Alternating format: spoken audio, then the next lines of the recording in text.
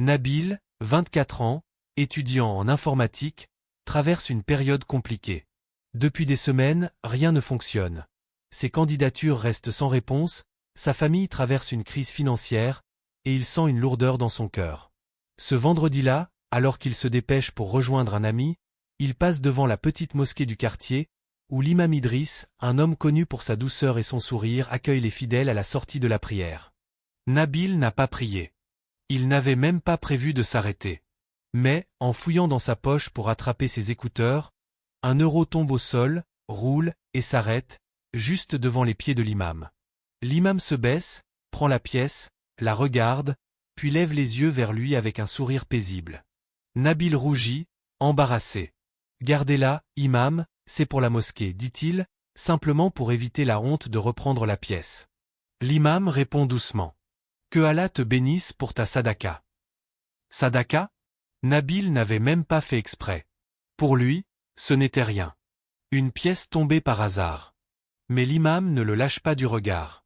Il perçoit la fatigue, la tristesse, le poids invisible sur ses épaules. « Ton intention vaut plus que tu ne penses, mon fils. » Nabil s'éloigne, confus. Comment un euro, donné par accident, pourrait avoir une quelconque valeur? Cette nuit-là, Nabil dort d'un sommeil lourd, sans rêve. Mais au réveil, quelque chose semble différent. Il reçoit un premier message. Une entreprise dans laquelle il avait postulé il y a 6 mois souhaite l'appeler le lendemain. Puis un second. Son petit frère, malade depuis plusieurs jours, se réveille en disant qu'il ne ressent plus aucune douleur. Et puis un troisième. Sa mère sourit pour la première fois depuis longtemps, votre dossier d'aide a été accepté. 3 bonnes nouvelles en quelques heures. Coïncidence ? Nabil n'y croit pas encore. Mais quelque chose le travaille, une phrase. Que Allah te bénisse pour ta sadaka. Toute la journée, il y repense.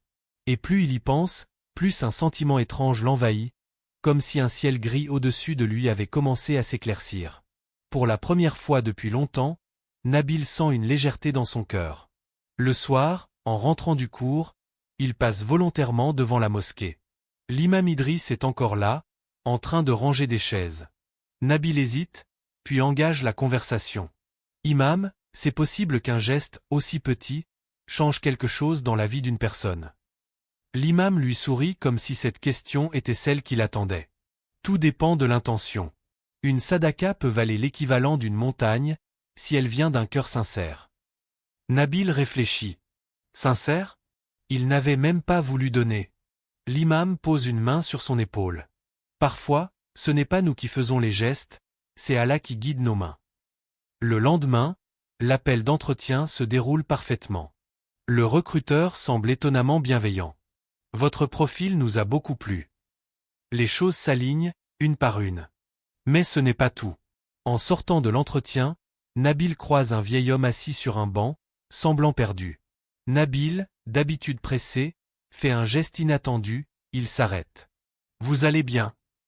L'homme sourit faiblement. J'ai oublié mes lunettes, je n'arrive plus à lire mon ordonnance. Nabil l'aide spontanément, sans réfléchir.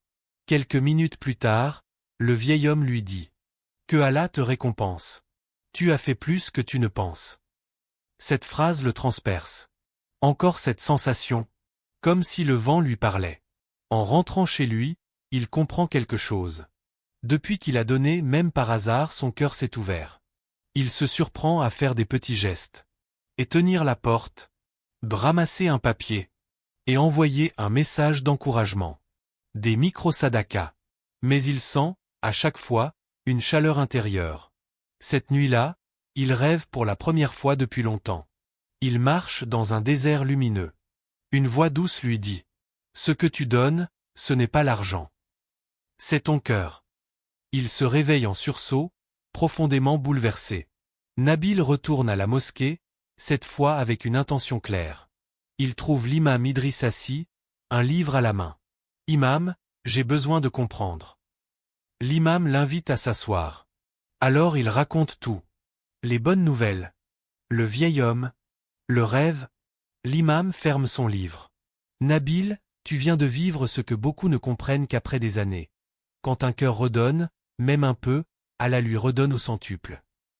Puis il raconte l'histoire d'un compagnon du prophète qui disait « Même un demi-dattier donné avec sincérité peut éteindre la colère d'Allah. » L'imam poursuit « Tu avais de la tristesse dans le cœur.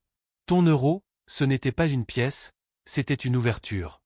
Une ouverture qu'Allah a saisie pour te ramener vers lui. » Nabil baisse la tête. Des larmes qu'il ne comprend même pas coulent. Alors, Allah a répondu à un geste que je n'ai pas fait exprès.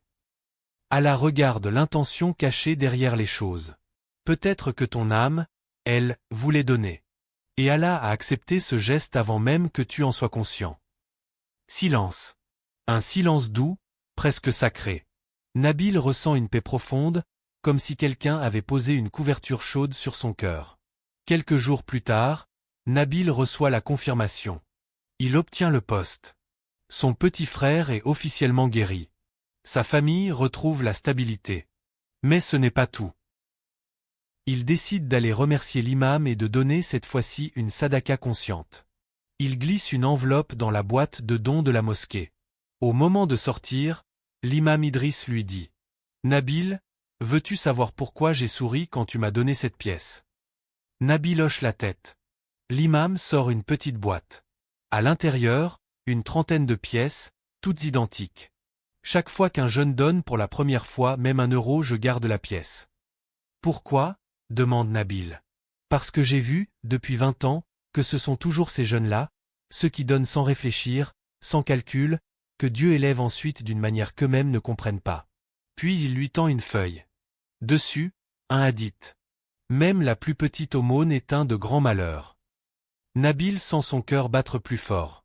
L'imam ajoute. Ton euro n'a pas changé ta vie, Nabil. C'est Allah qui l'a changé. Ton euro n'était que la clé. Nabil sort de la mosquée avec un sentiment indescriptible. Le cœur léger, l'âme apaisée, et la certitude que la valeur d'un geste ne se mesure pas à son montant, mais à la lumière qu'il transporte. La pièce d'1 euro, la pièce tombée par hasard, était devenue la porte qui l'avait ramené vers Allah.